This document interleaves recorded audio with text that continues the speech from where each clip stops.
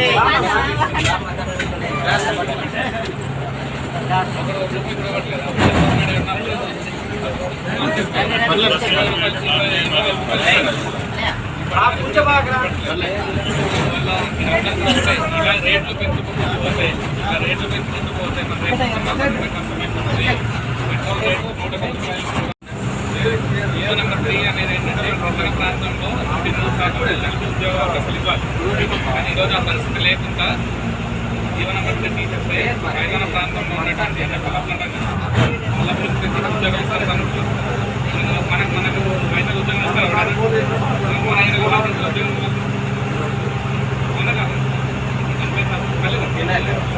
ఇదంతా మన చదువుకోవాలి కాబట్టి మనం చెప్పాలి అందరికీ. ఊరు చెప్పాలి, ఊరేగు చెప్తున్నా పెట్టినా ఎన్ని ఉంటాయి.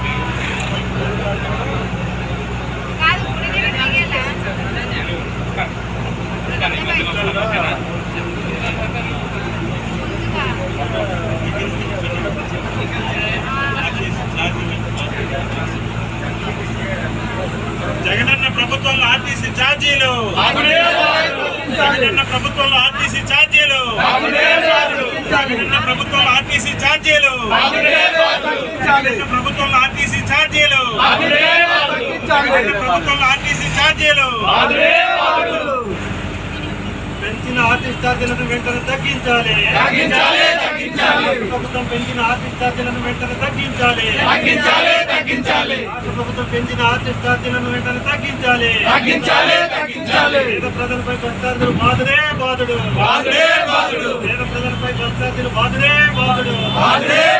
పేద ప్రజలపై బస్ ఛార్జీలు బాధుడే బాధుడు. కిడారి ఛార్జీలను వెంటనే తగ్గించాలి ప్రభుత్వం పెంచిన ఆర్టీసీ ఛార్జీలను వెంటనే తగ్గించాలి ప్రభుత్వం పెంచిన ఆర్టీసీ ఛార్జీలను వెంటనే తగ్గించాలి ప్రజలపై ఆర్టీసీ ఛార్జీలు బాధుడే ప్రజలపై ఆర్టీసీ ఛార్జీలు బాధుడే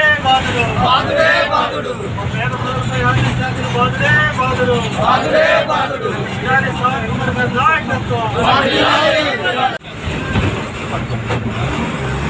వచ్చాము ఇక్కడది రమ్మదూరం ఉంది కదా రమ్మదూరం వెళ్ళాము మీరు ఎక్కడికి వెళ్ళండి బయటకు చనిపోయారు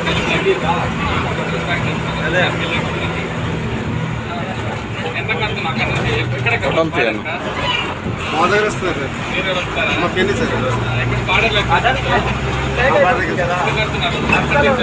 30 రూపాయలు సార్ ఎంత ఉండేది 25 ఉండేది సార్ 25 ఉండేదా 5-10 రూపాయలు పెంచేసారా చాలా కుమార్ కాబట్టి మన పార్టీ కార్యకర్త తెలుసు సార్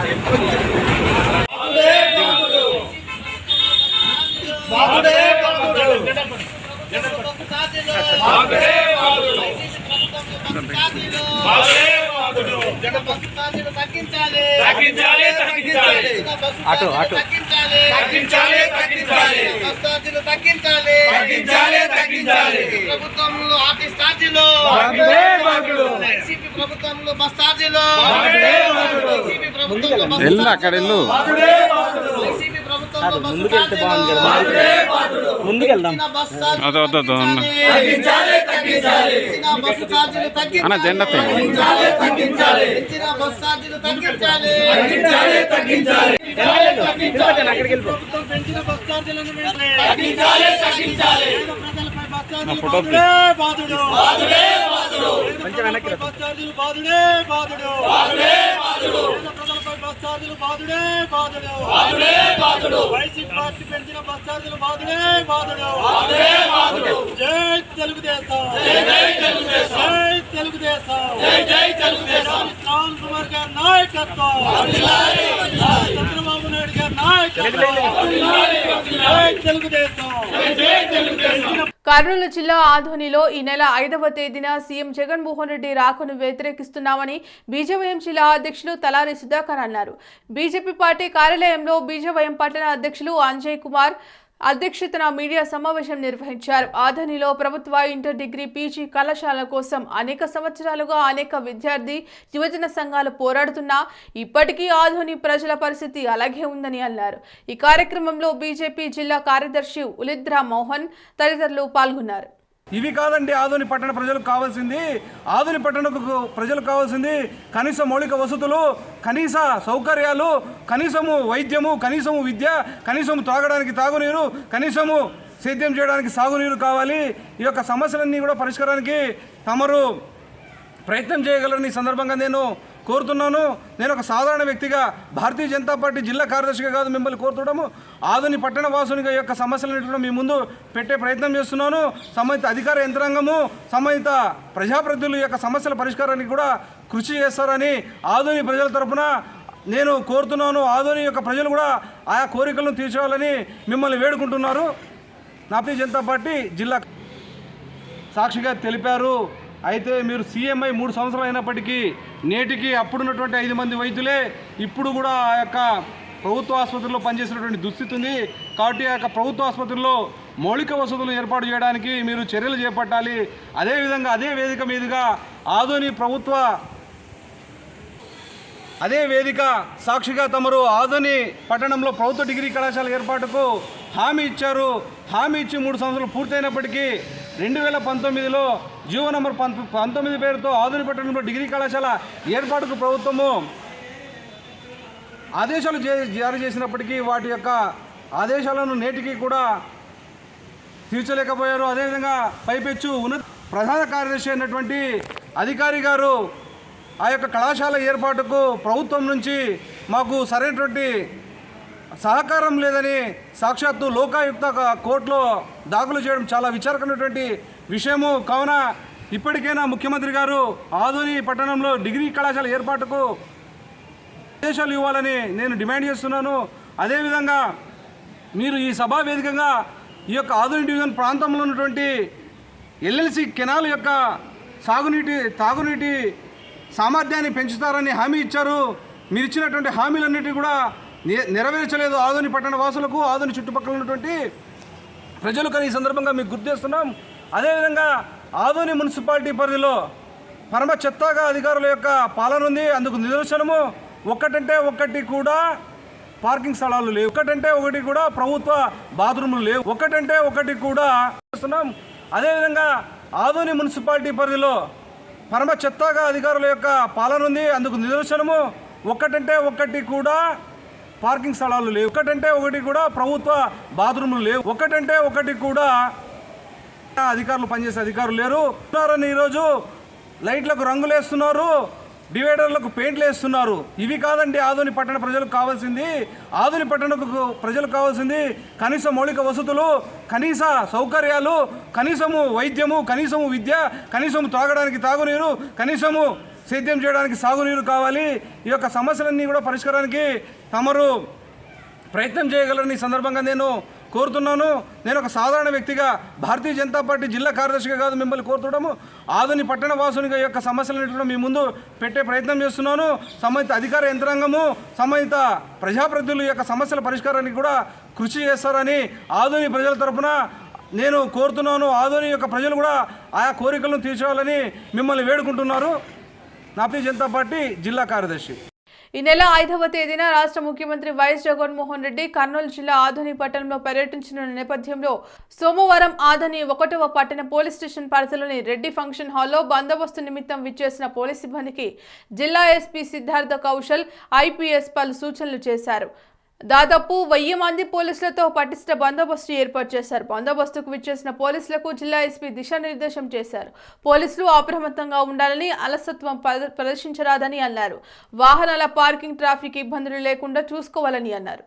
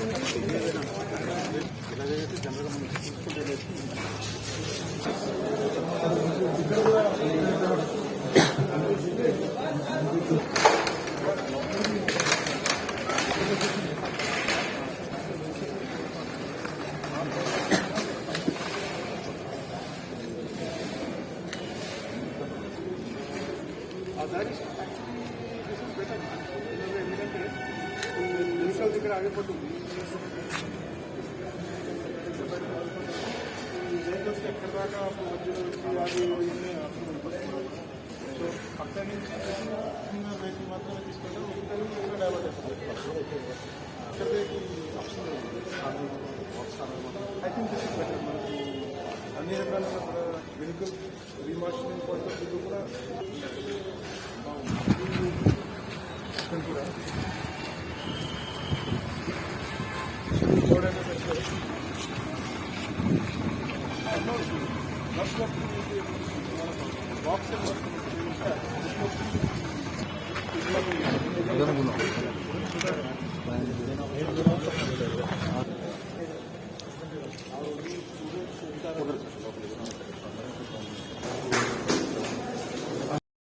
టెట్లో అత్యధికంగా రాష్ట్ర స్థాయి ర్యాంకులు సాధించిన ఘనత రామయ్య కాంపిటేటివ్ కోచింగ్ సెంటర్ దేనని డైరెక్టర్ సిరికొండ లక్ష్మీనారాయణ అన్నారు. టెట్లో స్టేట్ ఫస్ట్ ర్యాంకులతో సమావేశం నిర్వహించారు. ఇటీవల ప్రకటించిన టెట్ ఫలితాలలో తమ సెంటర్కు చెందిన అంజని, సరిత, మమత స్టేట్ ఫస్ట్ ర్యాంకులు కైవసం చేసుకున్నారని అన్నారు. టెట్లో తమ విద్యార్థులు 90% అర్హత సాధించారని చెప్పారు. సంస్థ స్థాపించిన 12 ఏళ్ల కాలంలో టెట్, డిఎస్పీ, గురుకుల టీచర్స్ పరీక్షలలో ఎన్నో అద్భుత విజయాలను ఆదరించిందని వివరించారు. పేద, మధ్యతరగతి విద్యార్థులకు అందుబాటులో కోచింగ్ ఉంటుందని తెలిపారు.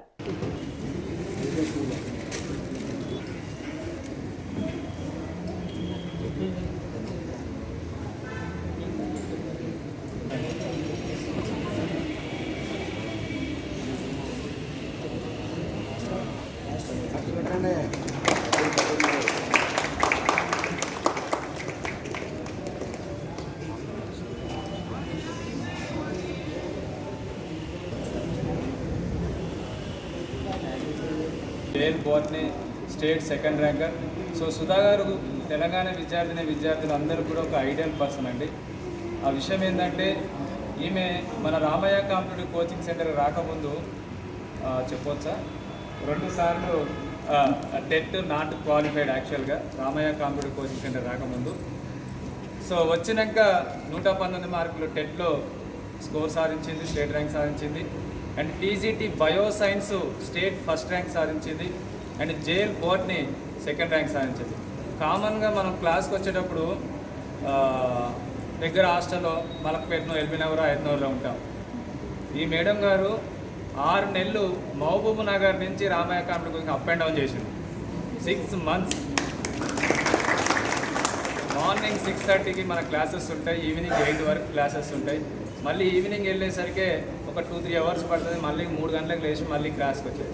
ఎందుకు అలా చేసిందంటే ఆమె ఏజ్ అప్పుడు 35 years మన దగ్గరకు వచ్చినప్పుడు. సో ఆమె హస్బెండ్ సారు హెచ్జిటి టీచరు.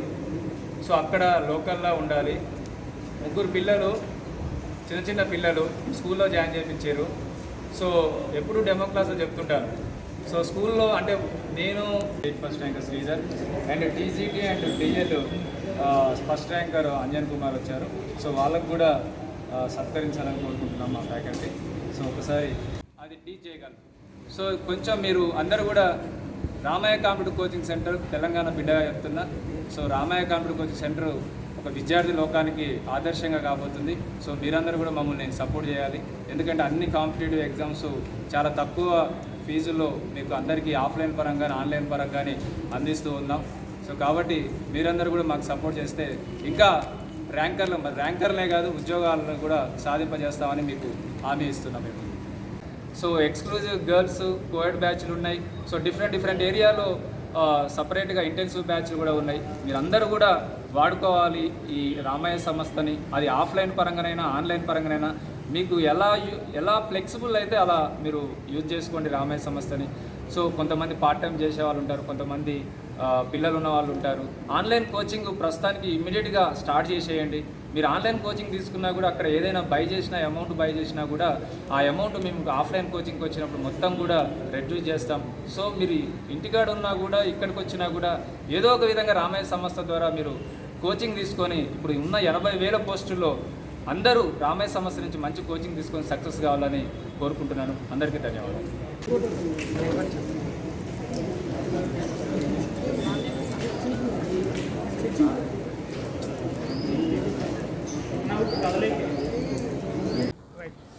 రీసెంట్గా టెట్ రిజల్ట్స్ వచ్చాయి, మీ అందరికీ తెలిసిందే, July 1st రోజు. దాంట్లో రామయ్య కాంపిటేటివ్ కోచింగ్ సెంటర్ ప్రభంజనం నడిచింది. పేపర్ 1లో state first rank, paper 2 maths and science సోషల్లో కూడా స్టేట్ ర్యాంక్ సాధించాం. 90% స్టేట్ ర్యాంక్సే కాదు, టాప్ 10లో 5 to 6 ర్యాంక్స్తో పాటు 90% ఉత్తీర్ణత ప్రతి పేపర్లో సాధించాం. సో ఇక బ్యాక్ ఎట్లయితే డిఎస్సి 2017-18లో HGT state first, school assistant state rank సాధించాము. గురుకుల టీచర్లో కూడా ప్రతి సబ్జెక్ట్లో కూడా state first rank, top 10 5 to 6 rank సాధించాము. ప్రతి స్కూల్లో కూడా 10 మంది టీచర్లు ఉంటే 6-7 రామయ్య సంస్థ నుంచి ఇప్పుడు ఎట్లయితే జాబ్ చేస్తున్నారో రాబోయే తెలంగాణ గవర్నమెంట్ 80,000 పోస్టుల్లో కూడా దాదాపు 70,000 పోస్టులకు Ramaiah competitive coaching centre coaching ఇస్తుంది. సో ప్రతి దాంట్లో టీచర్ జాబ్కి సంబంధించి, ఎస్ఐ కానిస్టేబుల్ సంబంధించి, గ్రూప్స్కి సంబంధించి కూడా రామయ్య సంస్థ ఇప్పుడు కోచింగ్ ఇస్తుంది. సో తెలంగాణ విద్యార్థులందరూ కూడా, ఆంధ్రప్రదేశ్ విద్యార్థులు కూడా ఈ అవకాశాన్ని మీరు వినియోగించుకోవాలి. సో ప్రతి ఎగ్జామ్కి సంబంధించి సక్సెస్ ఫార్ములాలే లెజెండ్ ఫ్యాకల్టీతోని, నెంబర్ 1 ఫ్యాకల్టీతో కోచింగ్ ఇప్పించడం, రెగ్యులర్ ఎగ్జామినేషన్ కండక్ట్ చేయడం, సో చదువుకోవడానికి మెటీరియల్స్ ప్రొవైడ్ చేయడం. ఎప్పుడైతే నోటిఫికేషన్ వచ్చిందో, ఎగ్జామ్ డిసైడ్ అవుతో ఆ ఎగ్జామ్ కంటే ముందు ఒక డివిజన్ అండ్ గ్రాండ్ టెస్ట్ పెట్టడం కూడా మా సక్సెస్ సీక్రెట్. సో ఇప్పుడు ఇక్కడ ఉన్న ర్యాంకర్స్ అందరూ కూడా గవర్నమెంట్ ఎగ్జామ్ కంటే ముందే రామయ్య సంస్థలో గ్రాండ్ టెస్ట్లో స్టేట్ ర్యాంకర్స్. సో మేము ఎప్పుడైనా division and grand test state లెవెల్లో పెడతాము. ఆ స్టేట్ లెవెల్లోనే మా విద్యార్థుల ప్రతిభ, బయట కోచింగ్ తీసుకున్న విద్యార్థుల ప్రతిభ తెలిసిపోతుంది. అప్పుడు కూడా గవర్నమెంట్ ఎగ్జామ్ రాయకముందు కూడా మా దగ్గర అంజని స్టేట్ ఫస్ట్ ర్యాంక్ వచ్చేది, సరిత స్టేట్ ర్యాంక్ వచ్చేది. అండ్ ఈ గురుకుల సంబంధించి అందరూ కూడా మ్యాథ్స్ శ్రవంతికి సంబంధించి శ్రీధరు, సుధా వీళ్ళందరూ కూడా స్టేట్ ఫస్ట్ ర్యాంకు ఎగ్జామ్ కంటే ముందే సాధించారు. ఎగ్జామ్లో తర్వాత సాధించారు. అంటే నేను చెప్పేది ఏంటంటే విద్యార్థులకు సో నోటిఫికేషన్ వస్తే టైం ఉండదు. సో కాబట్టి మీ విద్యార్థులందరూ ఇమీడియట్గా ఎట్లాగో 80,000 పోస్టులు Telangana government notification already SI constable notification వచ్చింది, ఎగ్జామ్ ఆల్రెడీ ఆగస్ట్ 7th నుంచి ఉన్నాయి, అండ్ గ్రూప్స్ నోటిఫికేషన్ వచ్చింది, ఎగ్జామ్ డేట్ కూడా డిసైడ్ అయింది. ఇప్పుడు రాబోయే గ్రూప్ 4 గ్రూప్ 2 కూడా మీరు ప్రిపేర్ కాండి. మంచి రామయ్య సివిల్స్ కోచింగ్ సెంటర్ ద్వారా మంచి ఎక్స్పర్ట్స్ని చెప్పిస్తున్నాం. డిఎస్సి పరంగా, గురుకుల పరంగా, మోడల్ స్కూల్ టీచర్స్ పరంగా 2 తెలుగు రాష్ట్రాల్లో ఇక మీరు ఎక్కడికి ఏ రాష్ట్రానికి ఆ గడ్డ ఈ గడ్డ బోనవసరం లేదు. తెలంగాణ గడ్డ మీద రామయ్య కాంపిటేటివ్ కోచింగ్ సెంటర్ సంస్థ మీకు అందుబాటులో ఉన్నది. సో కాబట్టి అందరూ తెలంగాణ విద్యార్థులు అందరూ కూడా ఉపయోగించుకోవాలని కోరుకుంటున్నాను. Social and school and social state rank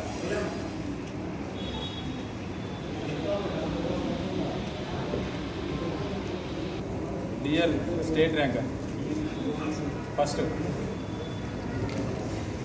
Rajanna Sircilla జిల్లా వేములవాడ బదిలీలు పదోన్నతుల షెడ్యూల్ వెంటనే విడుదల చేయాలని రఘుశంకర్ రెడ్డి డిమాండ్ చేశారు. బదిలీలు పదోన్నతుల విద్యారంగ సమస్యల పరిష్కారానికి ఈ నెల 7న హైదరాబాద్ ఇందిరా పార్క్ దగ్గర ఉపాధ్యాయ సంఘాల పోరాట కమిటీ ఆధ్వర్యంలో చేపట్టిన మహాధర్నాను విజయవంతం చేయాలని యూఎస్పీసీ రాష్ట్ర కార్యవర్గ సభ్యులు డిటిఎఫ్ రాష్ట్ర అధ్యక్షులు రఘుశంకర్ రెడ్డి పిలుపునిచ్చారు. రాష్ట్రంలో వివిధ క్యాడర్లో 22,000 పోస్టులు ఖాళీ ఉన్నాయని, ఖాళీలు భర్తీ చేస్తారని, ఉపాధ్యాయుల బదిలీలు పదోన్నతులు చేపడతామని స్వయంగా ముఖ్యమంత్రి 2021 మార్చిలో హామీ ఇచ్చి ఇంతవరకు నెరవేర్చలేదని అన్నారు.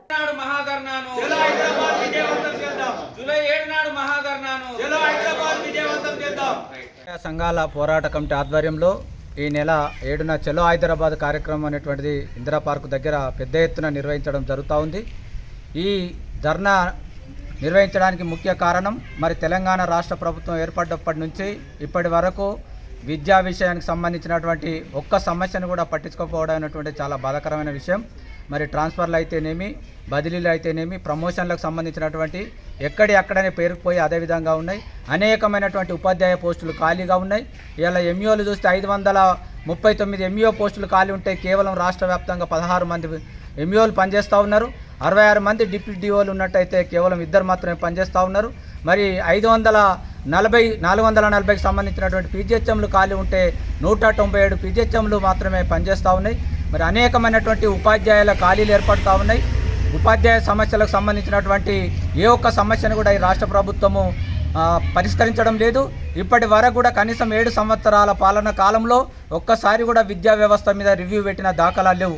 విద్యాశాఖ మంత్రి గారికి మరి ఉపాధ్యాయ సంఘాల పక్షాన మెమోరాండం ఇస్తే చూస్తామండి, చేస్తామండి, ముఖ్యమంత్రితో మాట్లాడుతానుండి, వారం రోజులలో అవుతుంది, 15 రోజులలో అవుతుంది అని చెప్పేసి అని సంవత్సరాల పాటే ఇది దీర్ఘకాలికంగా కొనసాగుతున్నటువంటి సమస్యలే. కాబట్టి ఇప్పటికైనా మరి మోడల్ స్కూల్కి సంబంధించినటువంటి పరిస్థితిని చూస్తే మోడల్ స్కూల్లో కనీసము 7-8 సంవత్సరాల నుంచి ఒకటే కాడ పనిచేస్తున్నటువంటి సందర్భాలు, కనీసం వాళ్ళకు కూడా బదిలీలు లేవు, ప్రమోషన్ లేవు, ఎక్కడికక్కడ పేరుకుపోయినటువంటి పరిస్థితి మరి రోజు రోజుకు దాపురించిపోతా ఉన్నది. అందుకని ఇప్పటికైనా కళ్ళు తెరిచి మరి రాష్ట్ర ప్రభుత్వానికి సంబంధించిన అధికారులు చిత్తశుద్ధితో పనిచేసి మరి ఉపాధ్యాయులకు సంబంధించినటువంటి ప్రమోషన్లను అయితేనేమి, బదిలీలను అయితేనేమి తొందరగా చేపట్టాలని మేము డిమాండ్ చేస్తూ ఉన్నాం.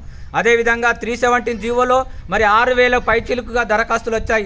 0 సర్వీస్ అన్నగాని కూడా మరి భార్యాభర్తలు వివిధ ప్రాంతాలలో, దూర ప్రాంతాలలో మరి ఉద్యోగం చేయలేని పరిస్థితులలో చివరికి 0 సర్వీస్ అన్నగాని కూడా మరి 6,000 దరఖాస్తులు వస్తే 6,000 దరఖాస్తులకు సంబంధించింది కూడా మరి పరిశీలన చేయకుండా చూస్తున్నామండి అని చెప్పేసి అని కాలయాతీతం చేయడం మూలంగా మరి భార్యాభర్తలు కూడా అనేకమైనటువంటి ఇబ్బందులు పడుతున్నటువంటి తరుణం ఆసనమైంది. కాబట్టి పాఠశాలల్లో కార్మికులకు సంబంధించినటువంటి స్వీపర్స్ లేరు, అటెండర్స్ లేరు, మరి స్వచ్ఛ కార్మికులు అనేటువంటి లేకపోవడం మూలంగా పాఠశాలలంతా దుమ్ము ధూళితో పేరుకపోతే ఉపాధ్యాయులు మరి ఉపాధ్యాయునులు ప్రధానోపాధ్యాయులు ఇలా గ్రౌండ్ నోడ్చుకొని మరి మూత్రశాలలు కడుక్కున్నటువంటి పరిస్థితి దాపురించింది. కాబట్టి మామూలు దినసరి కూలీ బయటకు పోతే నెలకు 3,000 నుంచి 7,000 వరకు సంపాదిస్తుండు. 2,500 రూపాయలు పెట్టి ఒక స్వచ్ఛ కార్మికుని పెట్టలేనటువంటి దౌర్భాగ్యమైన పరిస్థితులు మన తెలంగాణ ప్రభుత్వం ఉందంటే మనం చాలా బాధపడవలసినటువంటి అంశం ఉంది. కాబట్టి మిత్రులారా, మరి విద్యార్థులకు సంబంధించింది, ఉపాధ్యాయులకు సంబంధించినటువంటి సమస్యలే కాదు, సమాజానికి సంబంధించినటువంటి తరగతి గదులు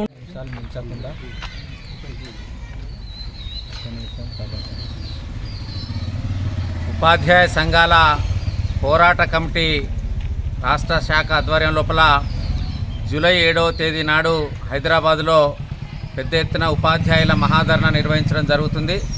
ప్రధానంగా విద్యారంగం పట్ల రాష్ట్ర ప్రభుత్వం అనుసరిస్తున్నటువంటి నిర్లక్ష్య విధానానికి నిరసనగా, అలాగే ఉపాధ్యాయులకు సంబంధించినటువంటి పదోన్నతులు కానివ్వండి, బదిలీలకు సంబంధించినటువంటి షెడ్యూల్ను విడుదల చేయడంలో విపరీతమైనటువంటి కాలయాపన జరుగుతున్నటువంటి సందర్భంలో ఈ ఉద్యమ కార్యక్రమాన్ని చేపట్టడం అనేటువంటి జరిగింది. ముఖ్యంగా మరి గత 7 సంవత్సరాలుగా ఉపాధ్యాయులకు సంబంధించినటువంటి పదోన్నతులు లేకపోవడం, అట్లాగే గత 4 సంవత్సరాలుగా సాధారణ బదిలీలు లేకపోవడం, గత 17-18 సంవత్సరాలుగా పర్యవేక్షణాధికారులకు సంబంధించినటువంటి పదోన్నతులు లేకపోవడం ఫలితంగా తెలంగాణ రాష్ట్రంలో వేలాది ఉపాధ్యాయ పోస్టులన్నీ కూడా ఖాళీగా ఉన్నటువంటి సందర్భం. దరిమిలా ఇవాళ విద్యా బోధనకు ఒకవైపు ఆటంకం కలుగుతూ ఉన్నది, మరొక వైపు విద్యా ప్రమాణాలకు సంబంధించినటువంటి సమస్యలు ఉత్పన్నమవుతున్నటువంటి సందర్భం కనబడుతూ ఉన్నది. అలాగే దశాబ్దాల తరబడి సేవాకాలాన్ని అందించి ఎలాంటి పదోన్నతులు లేకుండానే ఒక మానసిక వేదనతోటి, క్షోభతోటి వందలాది మంది ఉపాధ్యాయులు ఉద్యోగ విరమణ చెందుతున్నటువంటి సందర్భం ఉన్నది. ఈ విషయంలో తెలంగాణ ప్రభుత్వం అనేక సందర్భాల్లో హామీ ఇచ్చి ఉన్నది. ప్రధానంగా గౌరవ ముఖ్యమంత్రి గారు కూడా మరి నిండు శాసనసభలో 2021 మార్చి 22వ తేదీ నాడు ఉపాధ్యాయులకు సంబంధించినటువంటి బదిలీలు చేస్తాం, పదోన్నతులు ఇస్తామని చెప్పేసి హామీ ఇచ్చి ఉన్నారు. ఆ తదనంతరం కూడా మరొక మారు హామీ పడ్డారు. అలాగే విద్యాశాఖ మాత్యులు కూడా మరో సందర్భం లోపల మరి ఉపాధ్యాయులకు సంబంధించి షెడ్యూల్ తక్షణమే విడుదల చేస్తామని చెప్పి కూడా చెప్పినారు. ఆ క్రమంలోనే మరి ఈ గత ఏప్రిల్ మాసంలో ఎమ్మెల్సీలతోటి సమావేశం, ఉపాధ్యాయ సంఘాలతో సమావేశం నిర్వహించి వారంలో ఇస్తాం, 10 రోజుల్లో ఇస్తామని చెప్పేసి వాళ్ళ వేసవి కాలాన్ని అంతా కూడా మరి గడిచేలాగా చేసి వాళ్ళ పాఠశాల పునఃప్రారంభమైనవి. ఇప్పటికీ కూడా వాళ్ళు ఇవ్వకపోవడం అనేటువంటి చాలా శోచనీయం, చాలా బాధాకరం. మరి పదోన్నతులు లేకపోవడము, బదిలీ లేకపోవడమే కాకుండా పాఠశాలలకు అవసరమైనటువంటి కనీస సదుపాయాలు, సౌకర్యాలు కూడా లేవు. ఇవాళ పాఠ్యపుస్తకాలు రాలేదు, పిల్లలకు సంబంధించినటువంటి యూనిఫామ్స్ రాలేదు, అట్లాగే పాఠశాలలో స్వచ్ఛ కార్మికులు లేకపోవడం ద్వారా పాఠశాల శుభ్రత అనేటువంటి చాలా ఇబ్బందికరంగా పరిణమించినటువంటి పరిస్థితి ఉన్నది. అట్లాగే ఇన్ని ఖాళీలకు సంబంధించి మరి డిఎస్సి నియామకాలు చేస్తామని అన్నారు, కానీ అది ఒకవేళ నోటిఫికేషన్ ఇచ్చినా 1 సంవత్సర కాలం పడుతుంది. కాబట్టి ఈ మధ్యలో కనీసంగా వాళ్ళ విద్యా వాలంటీర్ల నియామకం చేయాలనేటువంటి అంశాన్ని కూడా గవర్నమెంట్ ప్రస్తావిస్తే, ఏ దేశ విద్యాభివృద్ధి అయినా కూడా ఆ దేశ విద్యా విధానం మీదే ఆధారపడి ఉంటుంది. విద్య అనేది దేశ ప్రజల ఆనందంతో ముడిపడ్డటువంటి ఒక వ్యవస్థ. విద్య అనేటువంటిది మానవ అభివృద్ధికి సంబంధించినటువంటి ఒక సూచిక. అట్లాంటి విద్యను నిర్లక్ష్యం చేయడం అంటే, అట్లాంటి విద్యా విధానాన్ని కొనసాగించకపోవడం అంటే, అట్లాంటి విద్యా విధానాన్ని నిర్లక్ష్యంగా చూసి దానికదే పోయేటట్టు చేయడం అంటే ఆ దేశ అభివృద్ధికి భంగం కలిగించడమే. ఆ దేశ అభివృద్ధిని అడ్డుకోవడం అనేటువంటి సత్యాన్ని మనం మర్చిపోకూడదు. రాజ్యాంగము, ప్రజాస్వామ్యంలో ప్రధానమైనటువంటి రాజ్యాంగ విలువలకు సంబంధించినటువంటిది విద్య. రాజ్యాంగం కల్పించినటువంటి హక్కులను ఎలా ప్రభుత్వం కాలరాస్తూ ఉన్నది. ఒక ఉపాధ్యాయుని నియమిస్తే ఆ ఉపాధ్యాయుని ద్వారా వేల మంది విద్యార్థులు చైతన్యవంతమైనటువంటి సమాజ నిర్మాణం జరుగుతూ ఉంటుంది. కాబట్టి అటువంటి విద్యా వ్యవస్థను, ఒక ఉపాధ్యాయ నిర్మాణానికి సంబంధించినటువంటి రిక్రూట్మెంట్ని ఎలా ప్రభుత్వం ధ్వంసం చేస్తూ ఉన్నది. రిక్రూట్మెంట్ను ధ్వంసం చేయడం అంటే వాస్తవానికి తెలంగాణ రాకముందు ప్రతి సంవత్సరం ఒక డిఎస్ ఉండేది, ప్రతి సంవత్సరం పదోన్నతులు ఉండేది, ప్రతి సంవత్సరం ట్రాన్స్ఫర్స్ ఉండేది. కనీసం ఇలా శపరాశి లేనటువంటి పరిస్థితులు ఇలా తెలంగాణలో, బంగారు తెలంగాణలో ఉన్నటువంటి మనం ఇలా శపరాశిలను కూడా పెట్టుకున్నటువంటి దుస్థితులు ఇలా మనం ఉన్నామంటే అది సిగ్గుచేటైనటువంటి విషయం. ఏ వ్యవస్థ కోసమైతే మనం పోరాడి సంపాదించుకున్నామో, ఏ వ్యవస్థ కోసమైతే మనం ఆశించినామో, ఇలా తెలంగాణను సాధించుకోవడంలో అనేక ఆశలు, ఆశయాలు, లక్ష్యాలు ఉన్నాయి. అందులో ఒక్క లక్ష్యాన్ని నెరవేర్చకపోవడంతో పాటు ఇంకా ఆ లక్ష్యాలు వెనుక గుంజుకోక 1000 ఏళ్ళ వెనుక గుంజుకోవడం కోసం ప్రభుత్వం ప్రయత్నం చేస్తూ ఉన్నది.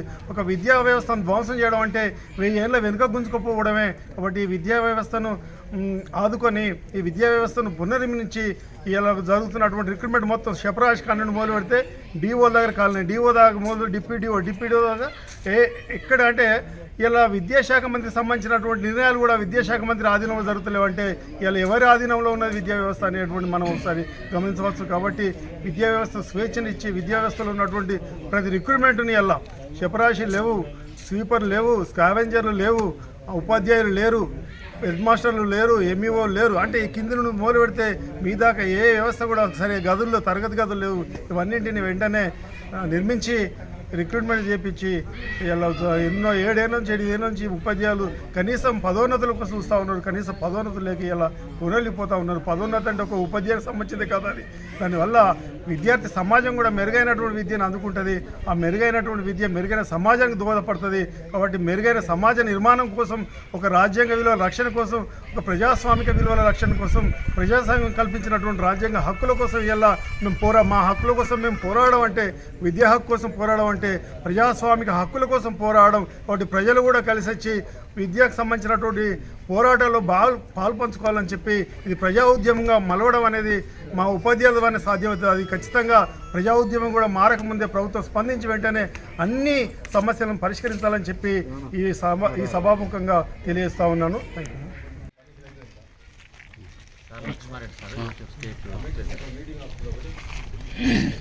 యూఎస్పీసీ రాష్ట్ర కమిటీ పిలుపు మేరకు 19 డిమాండ్ల సాధన కోసం జూలై 7న మహాధర్నా నిర్వహించబోతా ఉన్నారు. ఆ మహాధర్నాకి పెద్ద ఎత్తున ఉపాధ్యాయులు కదిలి రావాలని చెప్పేసి ఈ వేదిక నుండి డిమాండ్ చేస్తూ ఉన్నాం.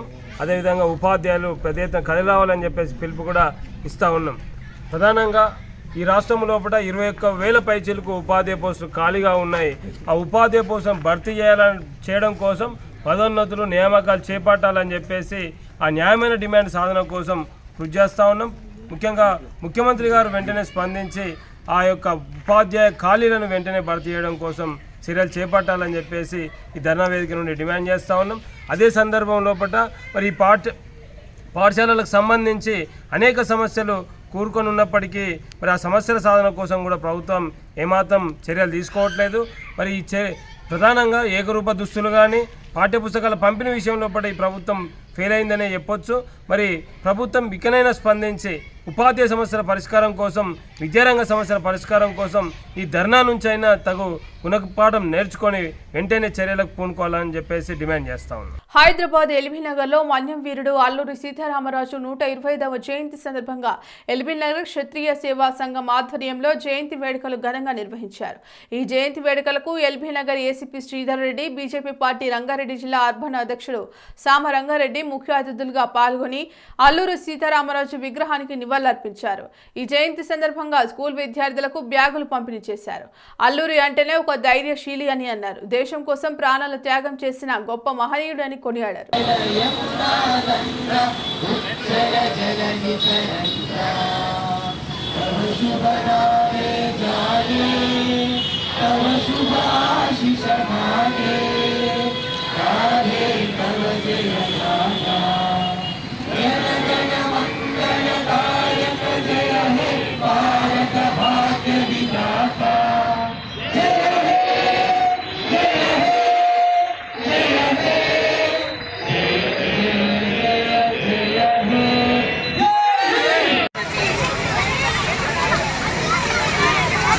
ఈరోజు 125 సంవత్సరాల అల్లూరి సీతారామరాజు జయంతి సందర్భంగా వారిని ఒకసారి గుర్తించుకోవడం, వారి పౌరుష పరాక్రమాలు ఏ విధంగా ఆ రోజు స్వతంత్రం కోసం ఆ రోజు మన్య ప్రజలను జాగృతి చేయడము, మన్య ప్రజల కోసము అనేక కార్యక్రమాలు చేసి స్వతంత్ర పోరాటం కోసం గేరిల్లా యుద్ధం లాంటిది కానీ అనేక పోరాట పటిమలు నేర్పిన మహానుభావుడు, వీరుడు. ఆయన ఒకసారి స్మరించుకోవడము, అదేవిధంగా ఆయన స్ఫూర్తిగా ఈరోజు 40 మంది స్కూల్ పిల్లలకి ఈరోజు క్షత్రియ సేవా సంఘం 200 మందికి క్షత్రియ సేవా సంఘము సభ్యు సంఘం వాళ్ళు చిన్నపిల్లలకు స్కూల్ బ్యాగులు పంపిణీ చేయడము, ఆయన స్ఫూర్తిని చాటే విధంగా ఆయన చరిత్రను మర్చిపోకుండా ఉండాలని, ఆ చరిత్రను ప్రతి పిల్లవాడు, ప్రతి పౌరుడు కూడా ఈరోజు తెలుసుకోవాల్సిన అవసరం ఉన్నది. వారి అలాంటి వ్యక్తుల గేరిలా యుద్ధం ద్వారా కానీ స్వాతంత్ర పోరాట పటిమ ద్వారానే స్వాతంత్రం సాధించుకున్న తెలిసే విధంగా వాళ్ళ చరిత్రను మరొకసారి మనం తెలుసుకోవాలని చెప్పేసి ఈరోజు భారత ప్రభుత్వము యుద్ధ వీరులను గుర్తించేసి ఈరోజు అల్లూరి సీతారామరాజును గుర్తించి 22 ఎకరాలలో ఆయన స్ఫూర్తి కింద 35 అడుగుల కాశ విగ్రహం ఏర్పాటు చేయడము, ఒక పార్క్ ఏర్పాటు చేయడము, దానికి ప్రధానమంత్రి ఈరోజు మన ప్రీత ప్రధానమంత్రి నరేంద్ర మోడీ గారు దాని ఇనాగ్రేషన్కు పోతా ఉన్నాడు. స్వతంత్రం వచ్చిన సందర్భంగా అభివృద్ధి మహోత్సవ సందర్భంగా 70 సంవత్సరం సందర్భంగా ఈరోజు ఈ కార్యక్రమం కూడా భారత ప్రభుత్వం గుర్తించి అన్ని వ్యక్తులను ఇలాంటి మహావీరులను ఒకసారి వెలికి తీసేసి ఈ చరిత్రను మరుగుపడకుండా ఈ చరిత్రను శాశ్వతం ఉండే విధంగా కార్యాచరణ చేయడం కోసం ఈరోజు భారత ప్రభుత్వం కూడా దాన్ని ముందుకు పోతా ఉన్నది.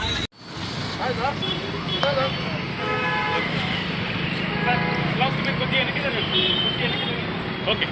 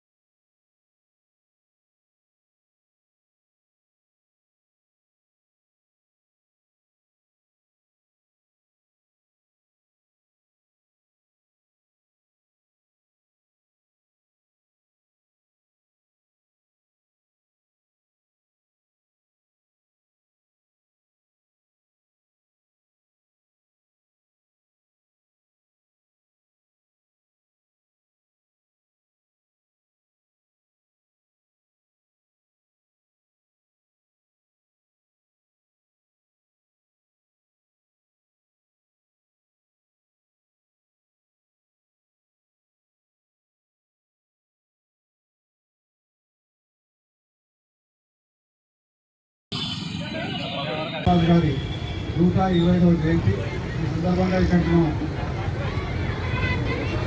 ప్రోగ్రాం జరుపుకుంటున్నాం. ఎల్బీ గారు,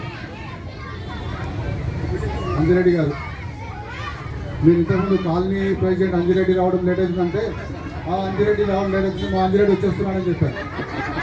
మా ఇన్స్పెక్టర్ అంజిరెడ్డి మొదట అసోసియేట్ ట్రాన్స్ఫర్ అయినాక అంజిరెడ్డి వచ్చి రావడం జరిగింది. ఇన్స్పెక్టర్ ఉన్నారు. తర్వాత ఇక్కడ మన అధ్యక్షులు సూర్యనారాయణరాజు గారు అధ్యక్షులు ఈ క్షత్రియ సేవా సంఘం. అట్లాగే ఇక్కడ మన అన్నపూర్ణ గారు చిత్రాలయ జనరల్ సెక్రటరీ గారు ఉన్నారు. వీరికి ఇక్కడికి వచ్చేసినటువంటి మీ అందరికీ, మీడియా మిత్రులకు అందరికి కూడా నా శుభాకాంక్షలు. అల్లూరి సీతారామరాజు ఈ పేరు వింటేనే గుండెలోంచి ఒక ఉత్సాహం, ఒక ఉద్వేగం పొంగిపోతుంటుంది. అల్లూరి సీతారామరాజు అనే పేరును గుర్తు తెచ్చుకుంటే చాలు మనకు ఎక్కడ లేని ధైర్యం వస్తుంది, ఉత్సాహం వస్తుంది. ఉరిమే ఉత్సాహం అంటాం. ఉరిమే ఉత్సాహం అంటే ఎట్లా అంటే ఒక్కసారి అల్లూరి సీతారామరాజు గుర్తు తెచ్చుకోవాలి. మనకు సినిమా వచ్చింది, అల్లూరి సీతారామరాజు గురించి సినిమా వచ్చింది. తెలుగు వీర లేవరా ఇంతో పాడేసినారు. దీక్ష భూని సాగర దేశమాత స్వేచ్ఛ కోరి తిరుగుబాటు అందేళ్ళ తిరుగుబాటు చేయమని చెప్పేసి అల్లూరి సీతారామరాజు. అదేవిధంగా మా పెద్దడు సీనియర్ నాయకుడు దేవజేడి అన్నకు, అదేవిధంగా సూర్యనారాయణ గారికి, పెద్దలు సూర్యనారాయణ గారికి, అదేవిధంగా సోదరి అన్నపూర్ణ గారికి, ఈ ఉత్సవాలు బాగా పంచుకుంటున్న క్షత్రియ సేవా సంఘ సభ్యులకు కానీ, అదేవిధంగా సోదరి అందరికీ పేరు పేరున రుజువు నమస్కారం తెలియజేసుకుంటూ,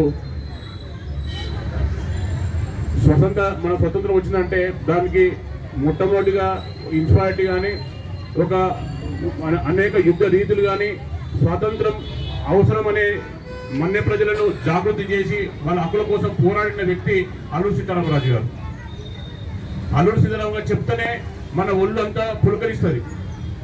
అది ఆ పేరులోనే ఒక తేజస్సు ఉన్నది, ఒక దైవాంత సంస్కృతి మాదిరిగా. ఆయన స్వతంత్రం కోసం ఇందాక సోదరి చెప్తా ఉన్నది, 24 సంవత్సరాల లోపలనే ఆయన త్యాగం చేసిందంటే అది ఒక భగవత్ స్వరూపం లెక్కనే మనకు వచ్చి స్వతంత్రం సాధించడం కోసం ఎన్నో సందర్భాలలో ఎన్ని ఇబ్బందులు పడ్డా కానీ, ఎన్ని ఆటంకాలు వచ్చినా కానీ యుద్ధ రీతుల నైపుణ్యంతో, ఆ గెరిల్లా యుద్ధం కానీ అనేక యుద్ధ రీతులు ఆ ఏజ్లో ఎక్కడ మన్య ప్రజలతోని వాళ్ళను జాగృతి చేయడము, ఆ యుద్ధ రీతులు నేర్పడము, అదేవిధంగా స్వతంత్రం కోసం పోరాడే విధంగా వాళ్ళని అందరినీ కూడా దాన్ని తయారు చేయడం అనేది అది చాలా గొప్ప విషయం. అది అలాంటి మహావీరుడు ఆయన కలిగిన స్ఫూర్తితోనే మనం మొన్న తెలంగాణ సందర్భం కూడా మన తెలంగాణ సాధించుకోవడం కూడా అలాంటి వీరుల స్ఫూర్తితోనే అనేక సందర్భాలు అన్ని ఒడిదుడుకులు ఎదుర్కొని కూడా మన తెలంగాణ సాధించుకున్నాం. అదే సందర్భంలో మన స్వతంత్రం సందర్భం కూడా అలాంటి వీరుల ఎంతో మంది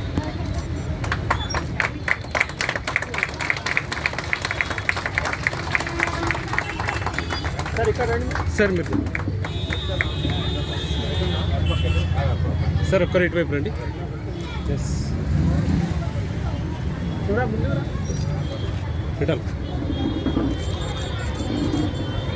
అదేవిధంగా బాబు ఇక్కడ చూడు.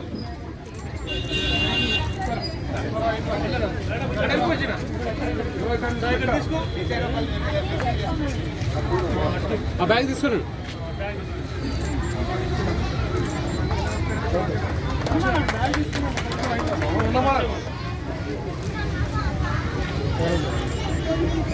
మంచిర్యాల జిల్లా బెల్లంపల్లి పట్టణంలోని కాంటా చౌరస్తాలో చికెన్ సెంటర్, ఫ్రూట్ కిరాణా వ్యాపారస్తులు తమ వ్యాపారానికి ఇబ్బంది కలిగించే నిర్మాణానికి వెంటనే ఆపేయాలంటూ మున్సిపల్ కమిషనర్ కోరారు.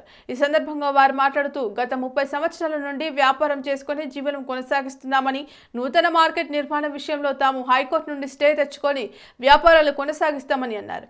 తక్షణమే మున్సిపల్ చైర్మన్ శ్వేత, మున్సిపల్ కమిషనర్ గంగాధర్ చొరవ తీసుకొని నిర్మాణాన్ని ఆపివేయాలని డిమాండ్ చేశారు.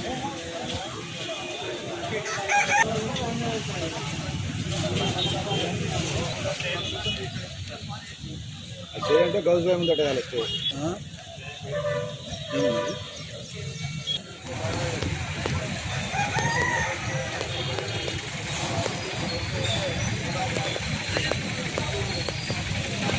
Bellampalli municipal commissioner, Bellampalli municipal commissioner, వ్యాపార ఐక్యత, వ్యాపార ఐక్యత, వ్యాపార ఐక్యత.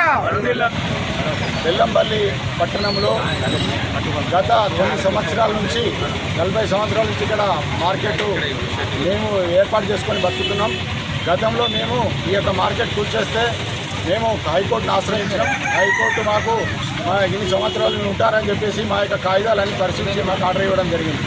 మొన్న వచ్చిన కమిషనర్ గారు గంగాధర్ గారు బెల్లంపల్లికి కమిషనర్గా ఛార్జ్ చేసిన తర్వాత బెల్లంపల్లి యొక్క మార్కెట్ను కట్టాలనే ఒక సదుద్దేశంతో ఆయన చెప్పడం జరిగింది. కోర్టులో ఉన్నది కాబట్టి మేము మార్కెట్ కట్టడానికి వీలైతే లేదని చెప్పి చెప్పడం జరిగింది. కానీ మేము మొన్న 29 తారీఖు రోజు మేము కట్టడానికి మేము అభ్యంతరం ఏమీ లేదు, మీరు కట్టుకోవచ్చు. మార్కెట్లో ఉన్న వాటిలో వాళ్ళందరూ పేదవాళ్ళు ఉన్నారు, కూరగాయలు అనుకునే వాళ్ళు ఉన్నారు కాబట్టి వాళ్ళకి కట్టిస్తేనే బాగుంటుంది. ఇవంతా వర్షాకాలం ఎండాకాలంలో వాళ్ళు పరిశాన్ అవుతారు, రోడ్ల మీద అమ్ముకుంటున్నారు, వాళ్ళకు దుర్భర జీవితాలు కట్టుకున్నారు అని చెప్పేసి మేము వాయిస్ చేయడం జరిగింది. తర్వాత అతను ఒకరోజు అయితే మున్సిపాలిటీ అధికారులతోటి వాళ్ళ చైర్పర్సన్ను కూడా తీసుకొని వాళ్ళు ఇక్కడ ఎవరైతే అడుగుతారో అని చెప్పేసి ఒక పిటిషనర్ ఉన్నాడు, దుర్గం మల్లేష్ అనేటోడు, అతను కూడా మాతోటే పిటిషనరు. అతడు మధ్యలో ఉన్నది అతను తొలగించాలనే మాటతోటి రావడం జరిగింది. అతను ఏం చేసిండు, బెల్లంపల్లి జాగాలు లేనట్టు ఇక్కడ మేము గతంలో ఇక్కడ కన్స్ట్రక్షన్ చేస్తే ఇక్కడ అందరం ఉన్నాం బతుకుతున్నాం కాబట్టి ఇక్కడ ఈ మధ్యలో ఉన్నటువంటి ప్లేసు కన్స్ట్రక్షన్కు వాళ్ళందరికీ అధికారులకు ఆదేశాలు ఇచ్చి పోలీస్ ప్రొటెక్షన్ కూడా పెట్టేసి ఇక్కడ కల్లర్లు కాకుండా ఇదంతా మేము ఏదో ఆపుతామని చెప్పి మాకెందుకయ్యా, మేము కబ్జాకోరం కాదు, మాకు అవసరం లేదు, అది ఉన్నది కాబట్టి మేము ఇక్కడ అందరికి ఉపయోగపడే స్థలం కాబట్టి మేము ఇక్కడ వదిలేసినాం. కాబట్టి వాళ్ళ కన్స్ట్రక్షన్ కూడా మేము అడ్డులేము, వాళ్ళకు మెటీరియల్ వేసుకుంటే బాగుంటుందని చెప్పేసి మేము కూర్చుంటే అతను వీళ్ళే అధికారం వచ్చి ఇక షెడ్లు వేయించాడు. మరి మాకు వ్యాపారం చేసుకోవడానికి మాకు ఈ పక్క నుంచే పార్కింగ్ ప్లేస్ వేసుకుంటే బాగుంటుందని చెప్పేసి మేము కూర్చుంటే అతను వీళ్ళే అధికారం వచ్చి ఇక షెడ్లు వేయించాడు. మరి మాకు వ్యాపారం చేసుకోవడానికి మాకు ఈ పక్క నుంచే పార్కింగ్ ప్లేస్ ఇక్కడ నుంచి వస్తారు, వ్యాపారస్తులందరూ వచ్చి వ్యాపారం తీసుకుంటారు, ఇక్కడ వాళ్ళు కొనుక్కొని వెళ్తారు. అటు రోడ్డు కూడా చిన్నగా ఉన్నది, పోలీసు కూడా ఇబ్బంది కాకుండా మేము వచ్చేవారు గిరాకీ కూడా చెప్తా ఉంటాం, చూడండి బాబు బండ్లు రోడ్ల మీద పెట్టకండి బాగుంటుంది, మనకు బండ్లు నడుస్తుంటే బస్సులు నడుస్తుంటే ఇబ్బంది కాకుండా ల్యాండ్ ఆర్డర్ ప్రాబ్లం కూడా లేకుండా చేయాలని చెప్పేసి కూడా చెప్తా ఉంటారు. కానీ చెప్పిండు కాబట్టి ఇక వీరి ఇంటి మొదటే కుంపడి పెట్టాలి, మంచిగా పందిరేసి పెళ్లి చేయాలని చెప్పేసి ముందర సెటిల్ ఇచ్చి నాకు అడ్డంగా చేసినటువంటి కమిషన్ ఈయనే. బెల్లం ఎవడెవడో ఎన్నెన్నో కబ్జాలు చేసుకుంటాడు, మేము కంప్లైంట్ ఇచ్చినా దాన్ని పట్టించుకోడు, ఇవన్నీ జరుగుతున్నాయి. కాబట్టి దయచేసి మేము చెప్తున్నాం, మా యొక్క ఈ షెడ్లో ఇటువంటి వేసి మమ్మల్ని ఇబ్బంది పెట్టద్దు అని చెప్పేసి శ్వేతమ్మ, నువ్వు జక్కుల శ్వేత చైర్పర్సన్ గారు, మున్సిపల్ కమిషనర్గా మీకు మీ అందరి తరఫు నుంచి మీకు చేతులు వేసుకోకుండా మాకు అడ్డం ఉండి ఇటువంటి పనులు మాత్రం చేయొద్దని చెప్పేసి మీకు స్వేచ్ఛ వచ్చి చెప్తున్నాం. దయచేసి మార్కెట్లో షాపులు జీవనోపాధి పొందుతున్నాం, కోళ్ళు అమ్మేవాళ్ళు, కిరాణా షాప్ వాళ్ళు, పండ్ల దుకాణం వాళ్ళు, మేమంతా 30 సంవత్సరాలు ఉన్నాం. మార్కెట్ కడతామని అన్నారు, కట్టేందుకు మాకు అబ్జెక్షన్ ఏం లేదన్నాము. ఇలా 15 మంది స్టే ఉన్న వాళ్ళు ఉన్నారు, వాళ్ళంతా హైకోర్టు నుంచి స్టే తీసుకొచ్చి ఇంజక్షన్ ఆర్డర్ ఉంది. ఇది కట్టేటప్పుడు కూడా నరసింహం సార్ మీకు డిస్టర్బెన్స్ చేయం, మాకు చేయకూడదు అని అంటే, సరే సార్ మీరు ఎట్లా చెప్తే మేము అది తింటామన్నాము. వాళ్ళు ఇట్లానే బండి టిప్పర్లు పోవడం రావడం అంతా బాగానే జరిగింది. ఒక పిటిషనర్ గారు ఆ మధ్యలో ఉన్నాడు, ఆయనకి ఎక్కడైనా జాగా చూపెడితే ఈ మార్కెట్ కంప్లీట్ అయితే అంటే సంతోషం సార్, ఆయనకి ఎక్కడ చూపెట్టినా మాకు ఇబ్బంది లేదన్నాం. సరే అని అన్నారు. ఇప్పుడు మా 15 మందికి అడ్డంగా పట్టుకొచ్చి ఇది వేయడం మొదలు పెట్టారు. ఇప్పుడు ఈయన ఒక్కదానికి ఒక పిటిషనర్ కోసం మిగతా 15 మందికి అన్యాయం జరుగుతుంది ఈ ఉన్న దాంట్ల కోసం. కాబట్టి దయచేసి మున్సిపల్ కమిషనర్ గారు మీరు విచారించి మీరు వచ్చి చూడండి. ఇది అందరికి ఇబ్బందికరంది. ఇక్కడ అసలు జాగే లేదు. ఇది కంప్లీట్గా ఒక బండి పెడితే ఇంకొక బండి రోడ్డు మీద నిలబడే పరిస్థితి. మీరు వచ్చి ఒకసారి చూడండి. ఇది అందరికీ కూడా ఇబ్బందికర వాతావరణం. మేము అతను న్యాయం చేయమని చెప్తున్నాం, మనకి ఏమని చెప్తలేము. కాకపోతే మా ఎవరికి ఇబ్బంది లేని జాగాలో మీరు చూసి ఇవ్వండి. ఇవి ఇప్పటివరకు ఉన్న బులెటిన్ అప్డేట్స్ చూస్తున్న నుండి ఏపీ న్యూస్ అని వాస్తవాలే.